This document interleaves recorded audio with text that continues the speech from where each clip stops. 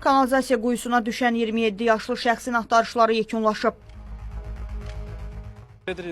Harada dedilər? Hövsanda.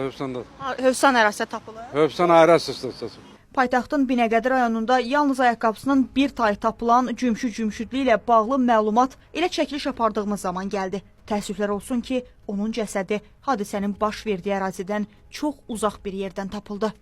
26 iyun axşam saatlarında paytaxtın Baksol deyilən ərazisində kanalizasiya quyusuna düşən şəxslə bağlı xəbər var.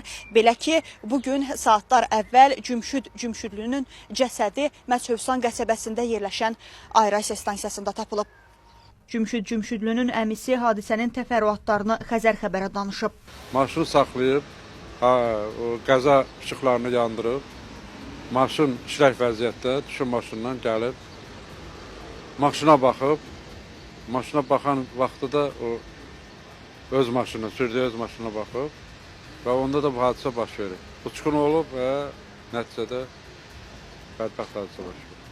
Evin tək oğlu, bir bacı, bir qardaşlar. Bacısı ailəlidir.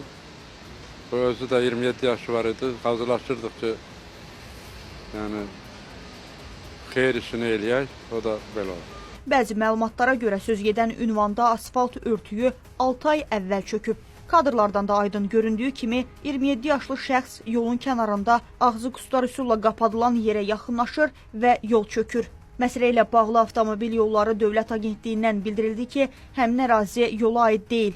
Dövlət Su Ehtiyatları Agentliyindən isə onların sadəcə ərazidə axtarış tədbirləri ilə bağlı iş apardıqları bildirildi. Qeyd edək ki, hadisə ilə bağlı ərazidə hüquq mühafizə orqanları birgə iş aparır. Minaya Zamanova, Ramil İbrahimov, Xəzər xəbər.